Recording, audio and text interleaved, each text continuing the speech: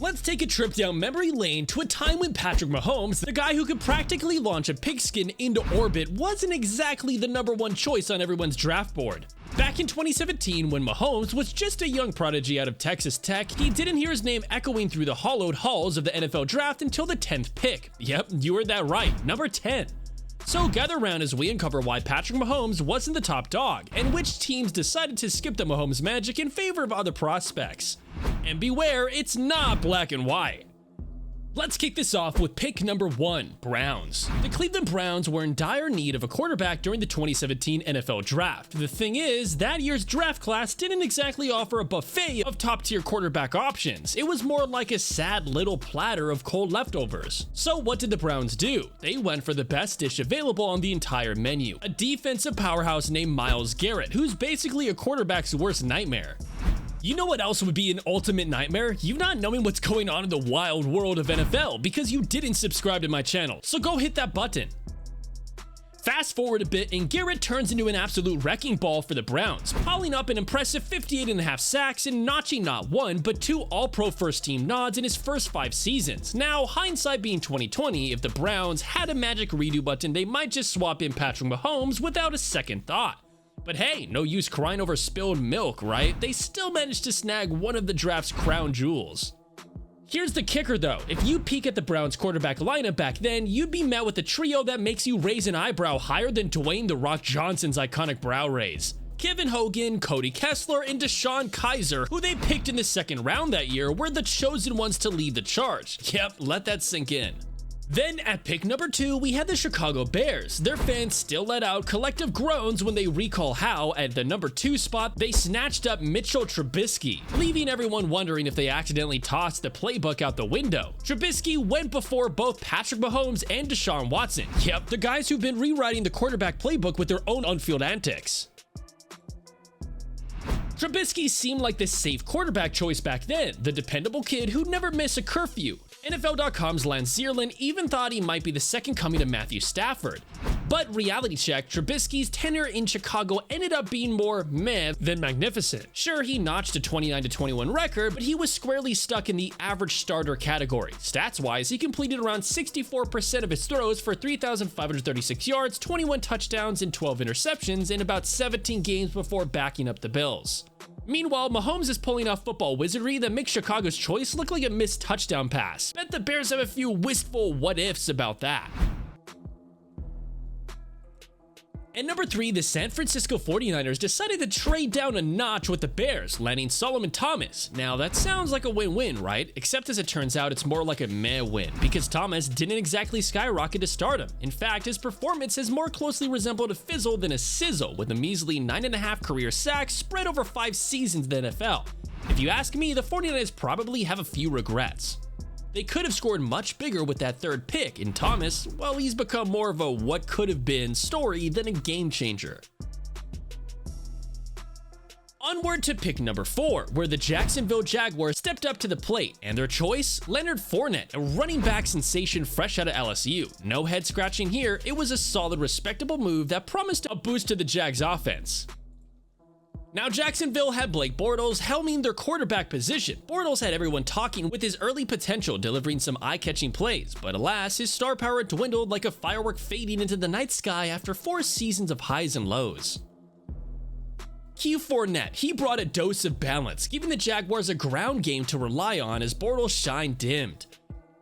In a draft full of twists, Fournette's selection felt like a breath of fresh air for a team seeking change. Jacksonville played their cards right, making a move that, while not earth-shattering, still added a layer of excitement to their roster.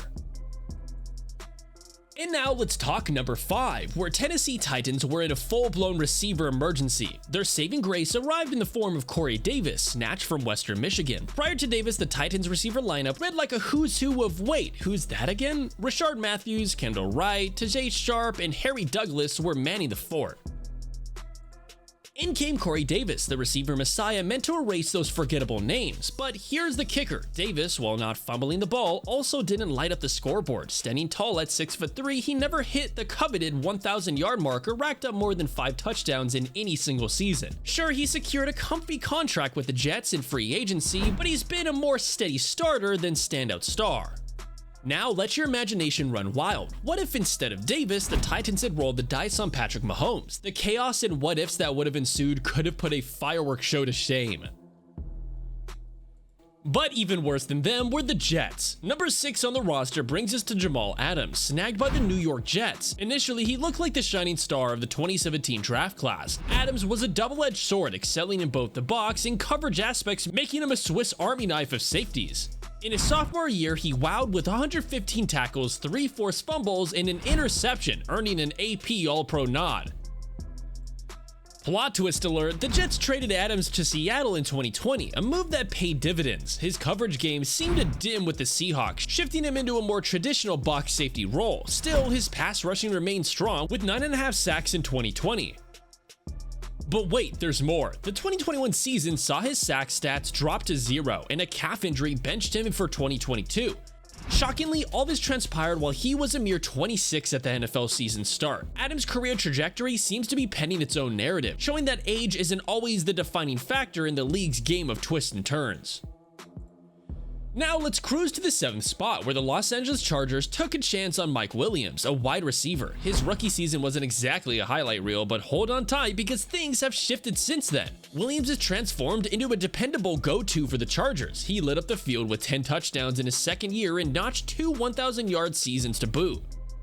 But there's a twist. The 2022 NFL offseason saw Williams and the Chargers locking in a juicy 3-year extension worth a whopping $60 million. The reason? His downfield prowess and imposing 6'4" frame make him a matchup nightmare. Looking back, this choice seems like a touchdown rather than a fumble. Williams has evolved from an okay option to a reliable asset, and the Chargers are doubling down on his potential. In the game of drafts and gambles, this one might just be a winning bet.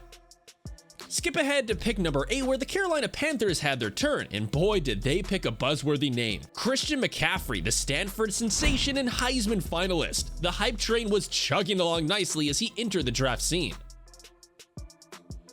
Now let's take a detour down the road of imagination. What if the Panthers had shaken things up and gone with Patrick Mahomes instead? Picture that, Mahomes the quarterback extraordinaire leading the charge for a hungry Carolina team. It's a game-changing scenario that could have rewritten Panthers history. Sure, McCaffrey was a solid pick, no doubt, but swapping him for Mahomes? That's a reel of what-ifs that could spark endless sports debates and fan daydreams. Well, we'll never know the alternate universe where Mahomes sported Panthers colors. And at the number 9 slot, the Cincinnati Bengals made a move that went down in history as one of the draft's head-scratchers. They pinned their hopes on John Ross, a wide receiver. Now let's rewind to the NFL Combine, where Ross torched the track with a jaw-dropping 4.22-second 40-yard dash, shattering records and leaving everyone in awe. That kind of speed was like catnip for the Bengals, and they nabbed him with the 9th pick.